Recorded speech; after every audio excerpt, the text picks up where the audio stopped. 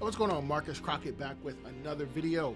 This is Clean Things Solutions. Guys, if this is your first time here, you get any value, make sure you hit the like and subscribe button and be sure to hit the notification bell. That way you're notified when any new videos come up. Today, we are talking about something that is so common in this industry, and it's not just common in the commercial space, but it's also common in the residential space. So what am I talking about? I'm talking about dealing with and overcoming pricing obstacles. Now, your pricing obstacles are usually going to look like, you submitting a bid and the customer saying, well, this is too much. This is too much money. How do we overcome that obstacle? Guys, make sure you stick around for this video in its entirety, because I'm going to give you very, very practical information to help you overcome that obstacle. So with that said, let's get into it. Okay, so we all know that pricing objections most definitely can be tough, especially for small businesses, right? Especially for small cleaning businesses who are trying to get out there, who are trying to get, turn those prospects into actually paying clients. We know those objections can definitely be tough, but this is how you deal with them. Now, the first thing, and this is something that I've learned so many years ago, and this is actually the way that I train my staff on how to do this, right? You have to get understanding. So how do you get understanding, right? How do you understand where the prospect is coming from if we're looking to sell, right? And we need them to buy. How do we get understanding? Well, what I learned so many years ago, and what I teach to my staff is you can't look at things through your perception, right? You don't want to make assumptions based on your needs and your wants. You have to actually be willing and be open enough to step outside of how you see things and look at things through the eyes of the person that you're trying to do business with. So look at things through the prospect. What is their perspective?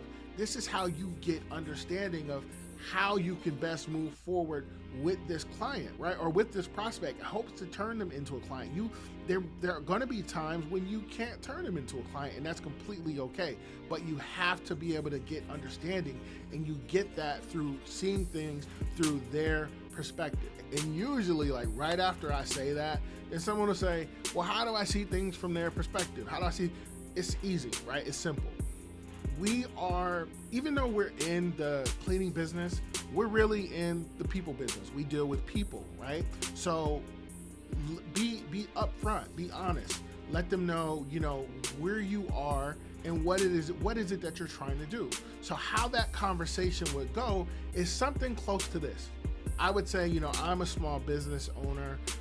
I understand that pricing, is a big deal. It's probably one of the bigger deals, right? But also, aside from pricing, I understand that value is a big deal, and quality is a big deal as well. I heard you when you said that the price was too much, but let me ask, what is more important for you and for your company? Is it the price, or is it the quality? Is it the value? What's more important, right? Now, more than likely, they're gonna say, it's a combination of both. They want price, but they also want great value. Now, this is the time that we can go ahead and start to talk about the value that your cleaning company is going to bring to their business, right? Break it down. Let them know, if you have review, and this is another reason why I always say, make sure you're getting reviews, right? Let them see your reviews. Let them talk to past customers, right? You're selling your services because you know that it's going to benefit them.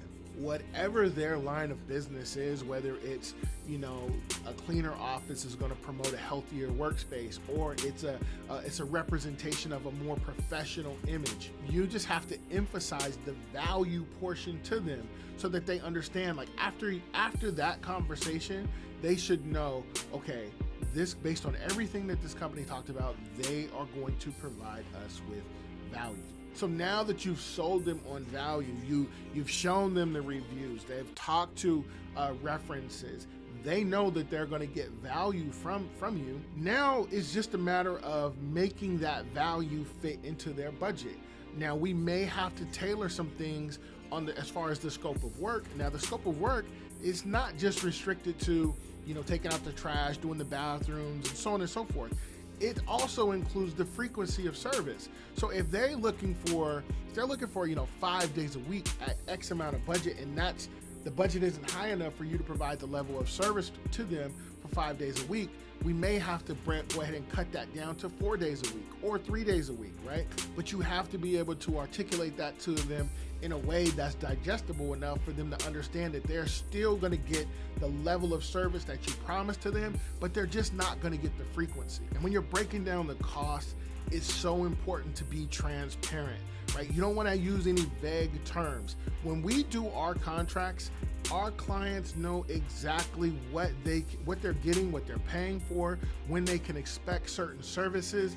You want to be as transparent as possible. And the reason why we do this is for so many different reasons, but the number one reason is for complete and total transparency. We don't want any gray areas.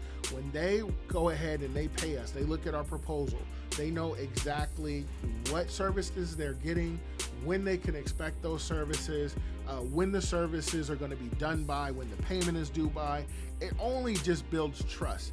Having a transparent proposal, being upfront, being honest, asking necessary questions, guys, that only builds trust, and that is a seed that is going to produce so much fruit for you in the future. It's going to multiply and multiply and multiply. Okay, so that's it. This is how you overcome pricing objections in your commercial or residential cleaning business. If you got value from this video, I ask once again you hit the thumbs up and subscribe button. Guys, that is it for today's video. Like I say, in the game of business, spectators are only gonna watch, hustlers get into the game so they can win, guys. I'm always dropping jewels. The only way to be in position to pick them up is you gotta like, comment, and subscribe. Once again, my name is Marcus Crockett. I'll catch you in the next one. Peace.